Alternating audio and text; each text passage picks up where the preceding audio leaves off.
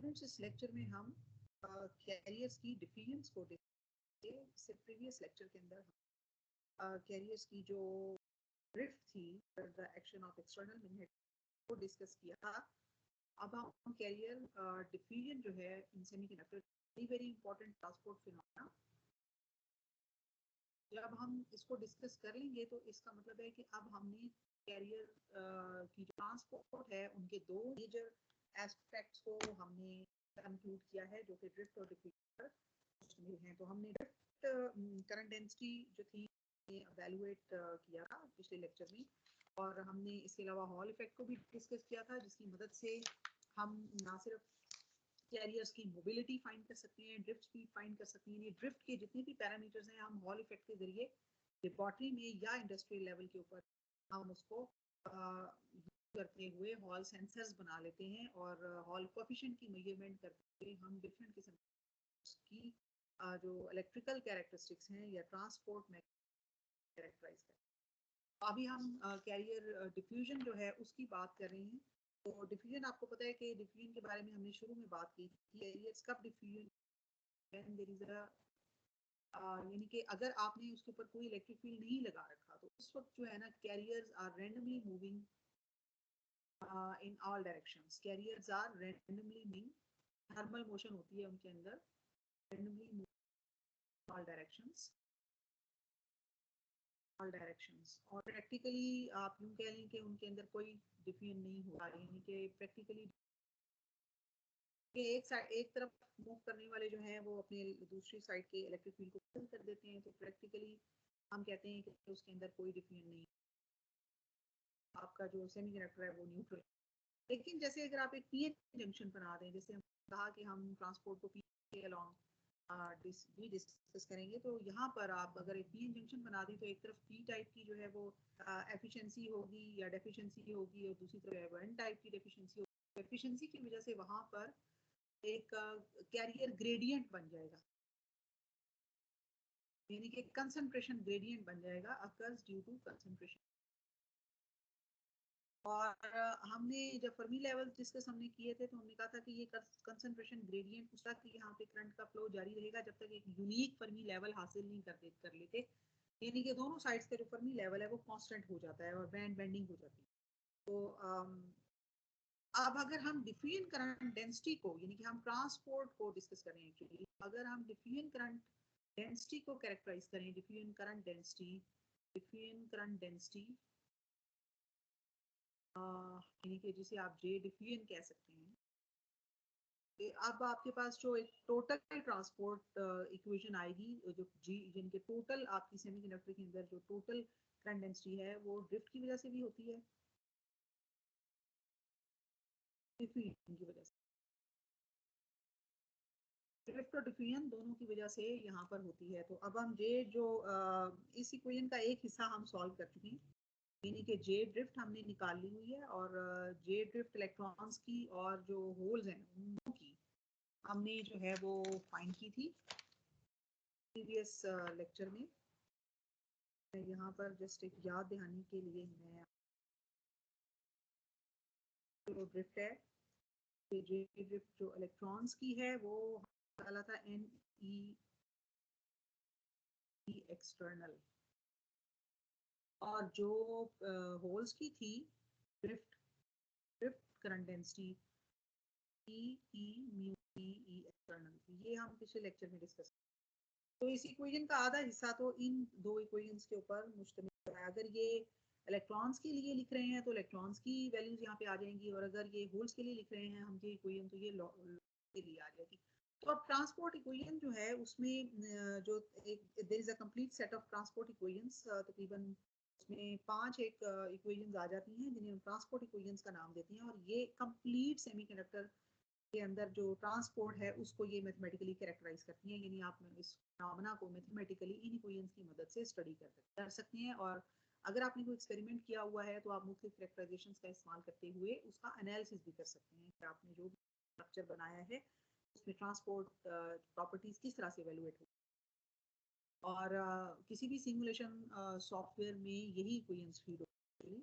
तो ये जो इक्वेशन हमने लिखी है यहाँ पर जे टोटल की ये इक्वेशन जो है इसका नाम है, इसको लिटरेचर के अंदर ड्रिफ्ट डिफिनिशन कहा जाता है।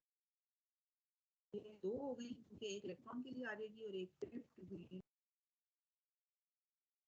तो इन दोनों को इस इक्वेशन को सॉल्व करते करते हम दो सेट और भी यहाँ पर आइडेंटिफाई करते हैं जिन्हें हम कहते हैं आइंस्टाइन इक्वेशन। ये भी आइंस्टाइन इक्वेशन, ये भी इक्वेशंस होती हैं वेरी सिंपल इक्वेशंस, ठीक है, जो कि ये बताती हैं कि डिफ्यूजन जो एक पैरामीटर है, यानी कि कैरियर्स कहाँ तक डिफ्यूज कर जाते हैं, ये उसकी मोबिलिटी पे, यानी कि वो कितनी मोबाइल है, इस पे वो डिपेंड करता है। तो ये इक्वेशन बॉक्स में इक्वेट कर, तो ड्रिफ्ट डिफ्यूजन इक्वेशंस, और यानी कि यहाँ पर हम ड्रिफ्ट डिफ्यूजन इक्वेशंस और Einstein equation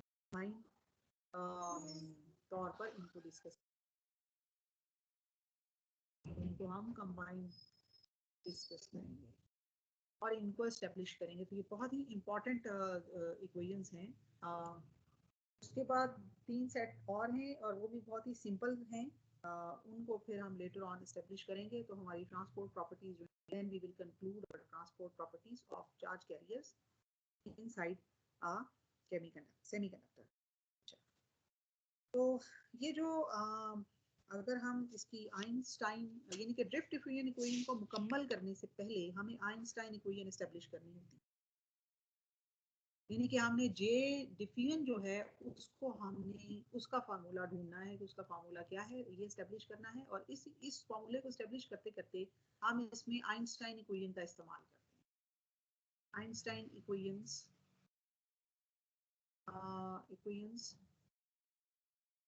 are used derive ये डिफ्यूजन, यानी कि डिफ्यूजन करंट डेंसिटी जो है वो इन पे डिपेंड कर रही होती है। इसका मतलब है कि इस ड्रिफ्ट डिफ्यूजन इक्वेशन को लिखने के लिए लिखने से पहले हम आइंस्टाइन इक्वेशंस को सॉल्व करेंगे। आइंस्टाइन इक्वेशन जो है ये मैंने आपको बताया कि ये कैरियर की मोबिलिटी और कैरियर के डिफ्यूजन कांस्टेंट को आपस में रिलेट करती है, यानी कि कैरियर की डायनामिक्स को एक्सप्लेन करती है। तो अगर हम एक केस स्टडी देखें कि अगर हमारे पास एक डिफरेंशियल वॉल्यूम है सेमीकंडक्टर का और उस वॉल्यूम के अंदर एक कंसंट्रेशन ग्रेडियंट है, यानी एक तरफ कंसंट्रेशन किसी पार्टिकल की ज्यादा है और दूसरी तरफ कम है। तो ये देखिए जरा, ये हमने एक्स डायरेक्शन के अंदर हम कह रहे हैं कि ये वन डायमेंशनल सेमीकंडक्टर क्या है कि अगर हम थ्री डायमेंशन लेंगे तो ये सारी वैल्यूज जो है ना ये बेसिकली डिस्ट्रीब्यूशंस के ऊपर, एक तो ये डिस्ट्रीब्यूटेड होती हैं, डिस्ट्रीब्यूशंस पे डिपेंड करती हैं स्टैटिस्टिकल, और इसके अलावा ये जो है ये तीनों डायमेंशंस के अंदर ये होंगी।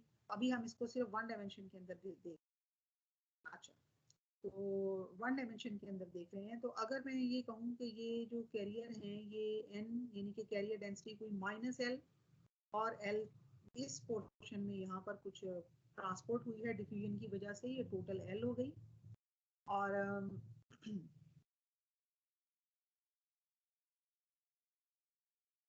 इसको जो है वो आप दैट इज 2L, राइट।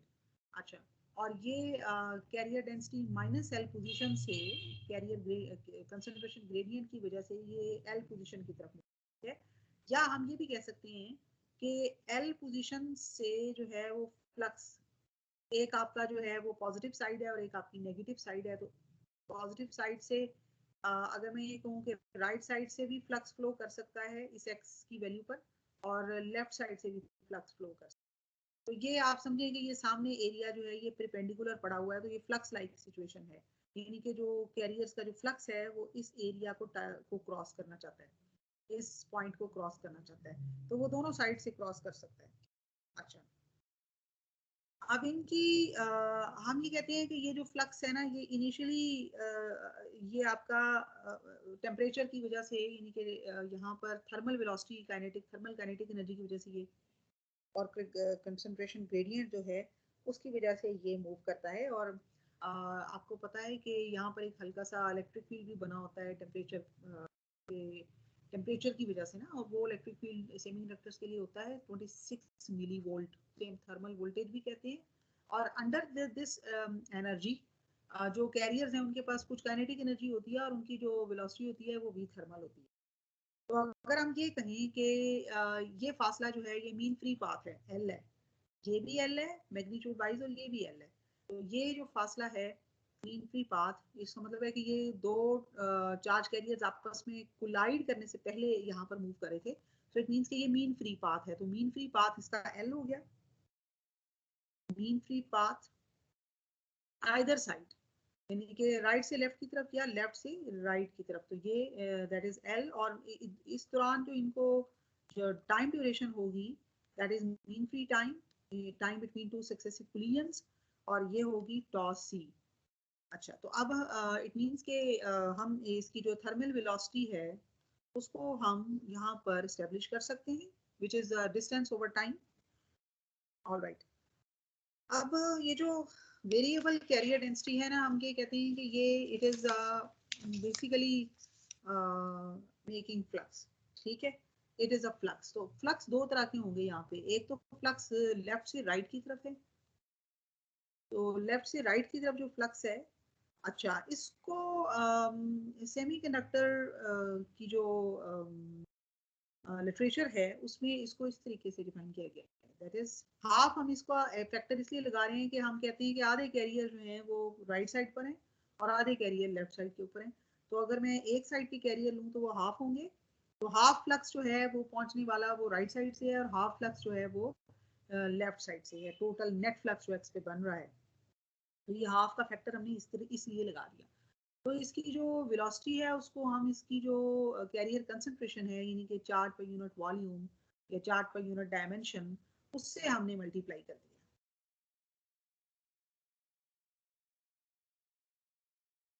जो भी इसकी है वो कैरियर कंसंट्रेशन है, तो दैट इज माइनस एल।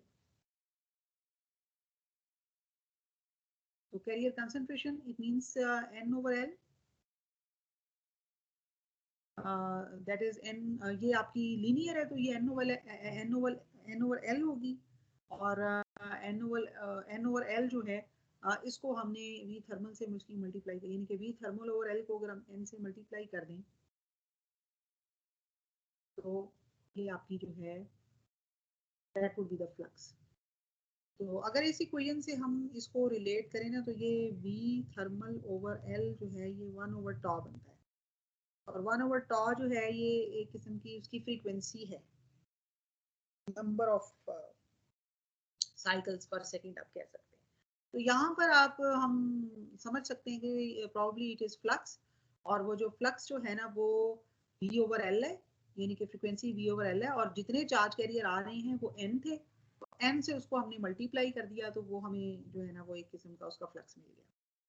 इसी तरह से अगर हम कहें कि फ्लक्स राइट टू लेफ्ट क्या है, राइट टू लेफ्ट क्या है, तो राइट से लेफ्ट की तरफ आने वाला फ्लक्स जो है वो आम, हो जाएगा, वो भी यही हो जाएगा, लेकिन वो राइट साइड से आने वाली जो कैरियर डेंसिटी है, कंसंट्रेशन है, उससे हमने उसको मल्टीप्लाई किया।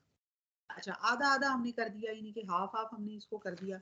अच्छा, अब टोटल फ्लक्स अगर ले लें, यानी कि एक्स पे टोटल फ्लक्स, दोनों फ्लक्स का डिफरेंस होगा ना, क्योंकि डायरेक्शन वाइज ये डिफरेंट है, और ये अगर डायरेक्शन वाइज डिफरेंट है तो ये पोलैरिटी वाइज भी डिफरेंट होंगे, तो जो नेट फ्लक्स है वो जो टोटल जो फ्लक्स है वो that would B flux left, flux from left, flux for right from right.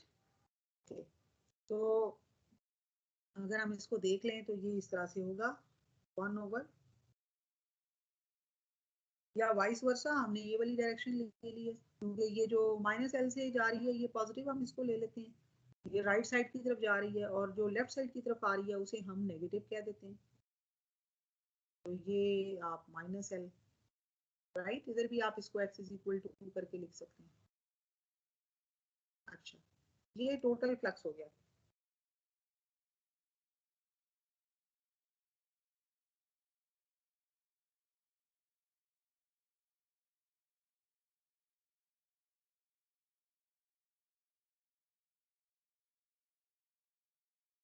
अच्छा, अब अगर हम ये कहें ना कि ये हम इसका डेरिवेटिव ले लें,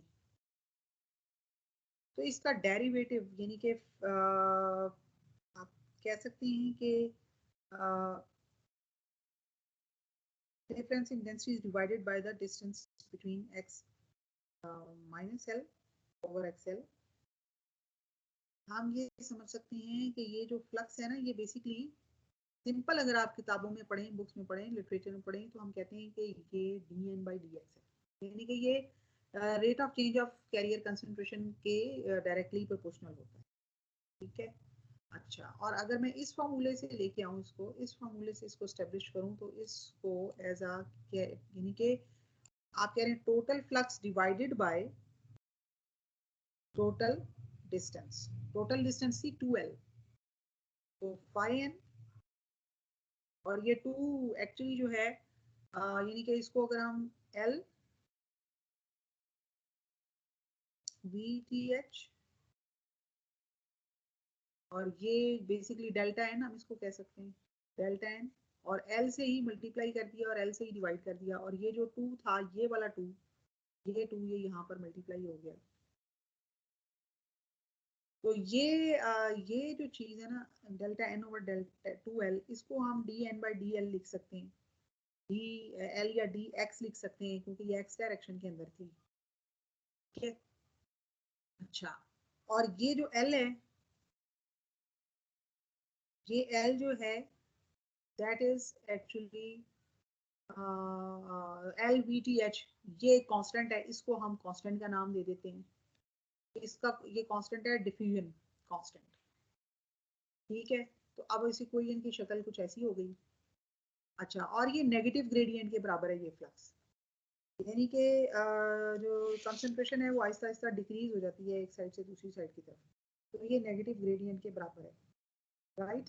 तो इसका मतलब ये हुआ कि ये आपकी जो फ्लक्स है, कैरियर फ्लक्स है, जो किसी जगह पर डिफ्यूजन ग्रेडियंट की वजह से किसी एरिया पर इकट्ठा हो रहा है, वो फ्लक्स एक्चुअली इस इक्वेशन के बराबर है। तो ये जो इक्वेशन है ना, इसमें ये जो dN है, dN जो हमने L और VTH का जो प्रोडक्ट था उसका नाम हमने dN रखा, और ये that is diffusion constant.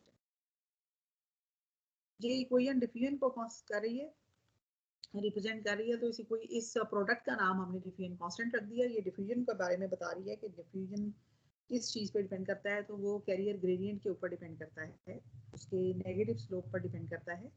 All right. तो आपने जब हमने इसकी केस स्टडी बनाई थी, तो वहाँ भी आप देख लें स्लोप नेगेटिव ही थी। ओके, और ये जो dN है ये डिफ्यूजन कांस्टेंट है। अच्छा, अब कैरियर डेंसिटी को, ये सेमीकंडक्टर्स में ये जो, अगर मैं इलेक्ट्रॉन्स की बात करूं, now I am discussing all this mathematical expressions या formulation with respect to electrons, तो ये इलेक्ट्रॉन्स की कैरियर डेंसिटी होगी, सॉरी करंट डेंसिटी होगी। तो ये जो इलेक्ट्रॉन्स की जो करंट डेंसिटी है ना, इसको लिटरेचर में एक और फॉर्मूले से एस्टेब्लिश किया गया है, that is Q times the flux, यानी कि कैरियर का जो फ्लक्स है उसको उसके चार्ज से मल्टीप्लाई कर दो। ठीक है। और ये इलेक्ट्रॉन्स हैं, तो ये माइनस यहाँ पे हम इसका साइन के साथ इसको लिख लेते हैं, क्योंकि हमारी इक्वेशन में भी माइनस था वहाँ पर। अब हम ये 5N की वैल्यू यहाँ पे अगर डाल दें, तो that would B QLVTH dN/dx, और ये माइनस माइनस ने एक दूसरे को प्लस कर दिया। अच्छा, and we call it JN would be QDN/dx, और Q को हम फर्दर रिप्लेस कर सकते हैं E से EDN/dx। अच्छा, इसी तरह अगर हम होल्स के लिए एस्टेब्लिश करें, तो JP आ जाएगी या JH आ जाएगा। ठीक है। और होल्स के लिए हम इसको लिख लेंगे माइनस EDP dP/dx। अच्छा, इसमें माइनस जो था वो एज इट इज रहा, क्योंकि जब हमने इसको यहाँ पर जो चार्ज की वजह से माइनस लेके आए थे करंट डेंसिटी में, चार्ज चूंकि इलेक्ट्रॉन्स का था तो ये माइनस लगा दिया, जब होल्स का होगा तो ये प्लस आ जाएगा, जिसकी वजह से यहाँ पर एक माइनस अपीयर होगा, तो इस इक्वेशन में माइनस है। ठीक है। तो ये अब दो जो ना करंट डेंसिटीज जो थी, डिफ्यूजन करंट डेंसिटीज, उनको हमने यहाँ पर जो है वो डिफाइन कर दिया।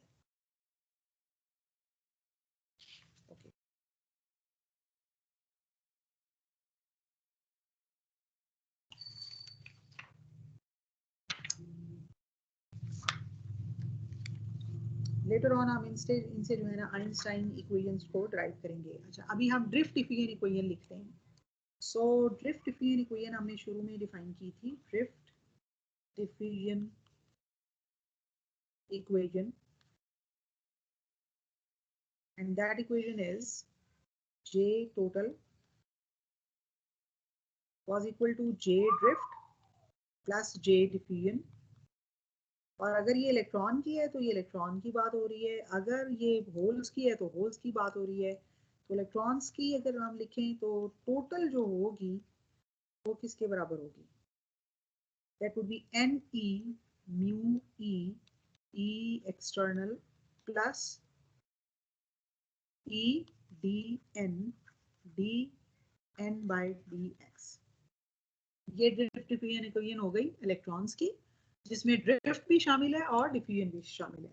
अच्छा, इसी तरह से अगर हमने होल्स की है, एच का भी साइन हम यहाँ इस्तेमाल कर सकते हैं। तो ये P E mu P E external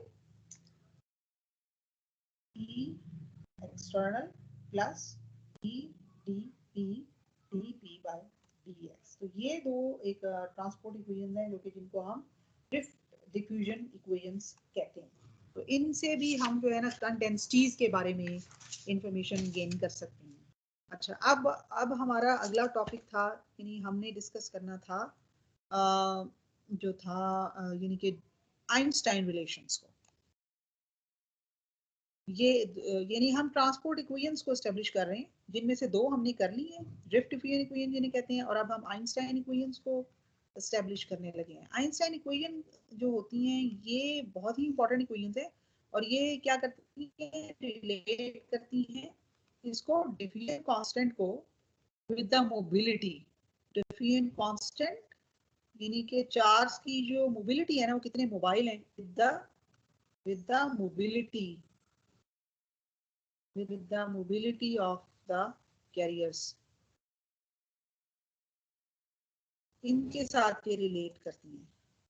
तो इसका मतलब है कि इनके अगर मैं फॉर इलेक्ट्रॉन्स, अगर मैं इलेक्ट्रॉन्स की बात करूं तो ये K T over Q mu N कहलाएंगी, और अगर होल्स की बात करूं तो ये के टी, ये दो सेट है, ये दो इक्वेशंस का सेट है जिन्हें आइंस्टाइन इक्वेशन कहा जाता है। तो एक तरफ आप देख रहे हैं कि मोबिलिटी है, और एक तरफ जो है वो डिफ्यूजन कांस्टेंट है। तो ये इलेक्ट्रॉन्स के लिए है और ये होल्स के लिए।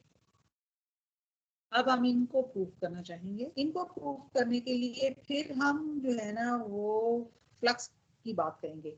अच्छा, बिल्कुल जिस तरह आपने सिंपल इलेक्ट्रोस्टैटिक में इक्वेशन पढ़ी हुई है, minus D B by D X, यानी कि जो इलेक्ट्रिक फील्ड है ना वो नेगेटिव ग्रेडियंट ऑफ वोल्टेज है। अब यहाँ पर हम वोल्टेज की बात नहीं करते, हम कहते हैं कि यहाँ पर डिफ्यूजन की वजह से इलेक्ट्रिक फील्ड बन रहा है, यानी कि negative rate of change of flux है, चार्ज कैरियर फ्लक्स। तो अगर मैं ये ई नॉट इसको डिफाइन करूं तो ये इंट्रिंसिक फ्लक्स है, यानी कि जो खुद ब खुद उसके अंदर फ्लो कर रहा है। आपको पता है जब पीएन जंक्शन बनाते हैं तो उस वक्त खुद ब खुद जो है उसके अंदर फ्लो कर जाता है, यहाँ तक कि वहाँ पर एक डिप्लीशन रीजन बन जाता है। इसी तरह से अगर हमने कुछ फील्ड है वहां पर किसी वजह से, एक्सटर्नल किसी फोर्स की वजह से, तो ये इसके बराबर होगा। कंसंट्रेशन ग्रेडियंट उससे भी बन सकता है, डिफ्यूजन उसकी वजह से भी हो सकता है। ठीक है। अच्छा, फिर वक्त हम जो इंट्रिंसिक की बात करेंगे, this is intrinsic and this is due to extrinsic. तो लेटर ऑन हम इसको भी डिस्कस करेंगे, एक्सट्रिंसिक को भी। अच्छा, अब इसका मतलब है कि ये जो ई नॉट है ना, that is minus D phi naught dx, तो ये इंट्रिंसिक फ्लक्स हो गया। अच्छा, अब अगर मैं इंट्रिंसिक इसकी कैरियर डेंसिटी को लिखूं ड्रिफ्ट डिफ्यूजन इक्वेशन की मदद से, तो that would be like this, intrinsic electric field plus E या Q D N by D X. ठीक है। अच्छा, अब जो आपकी सिचुएशन ये है कि अगर इंट्रिंसिक की बात करें तो बाहर से कोई आपने फील्ड अप्लाई नहीं किया हुआ, तो थोड़ी देर बाद क्या होगा कि ये फ्लक्स रुक जाएगा। उस वक्त आपकी जो टोटल फ्लक्स डेंसिटी है ना, जो टोटल आपकी करंट डेंसिटी है ना, ये जीरो हो जाएगी। अच्छा, अब हमने ये कहा था कि ये जो कैरियर डेंसिटी है ना, ये फर्मी पोटेंशियल की वजह से बनती है। ये फॉर्मूला हम पिछले लेक्चर्स के अंदर कहीं पे डिस्कस कर चुके हुए हैं। इसको हमने फर्मी पोटेंशियल कहा था। ये ठीक है, ये जो वैल्यू थी ना, ये फर्मी पोटेंशियल यानी ये वोल्टेज थी। ये दो एनर्जी लेवल्स के दरमियान जो एनर्जी चाहिए होती है ना उनको जंप करने के लिए, उसको वोल्टेज की शक्ल में हमने लिख लिया था। फॉर्मूला हम पहले डिफाइन कर चुके हुए हैं। अच्छा, अब यहाँ से हम लेके आते हैं कि देखिए, ये आपका जो फाई नॉट है ना, that is your flux, carrier flux. E है minus D phi phi naught over D X. ठीक है,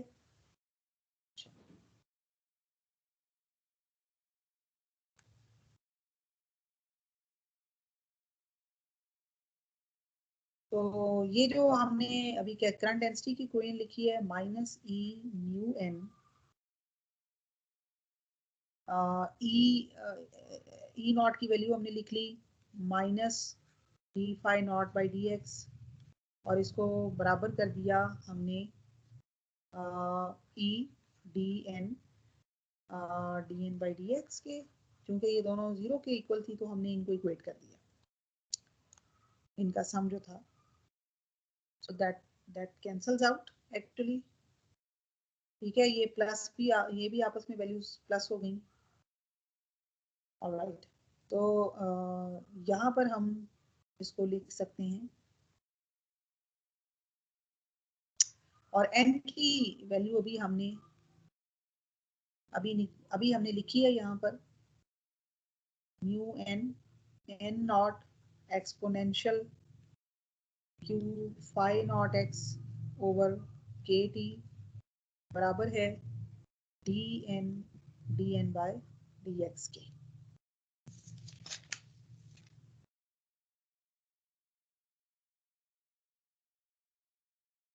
और इसके अलावा हमने यहाँ पर D phi naught by D X वैसे भी यहाँ पर आ रहा था।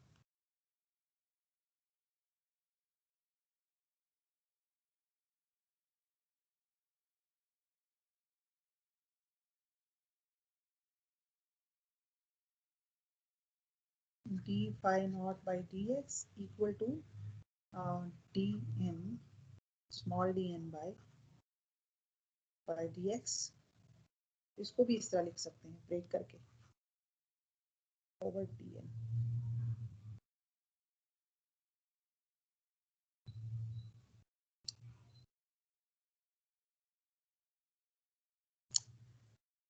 बाई डी एक्स, ये इससे हो गया कैंसल।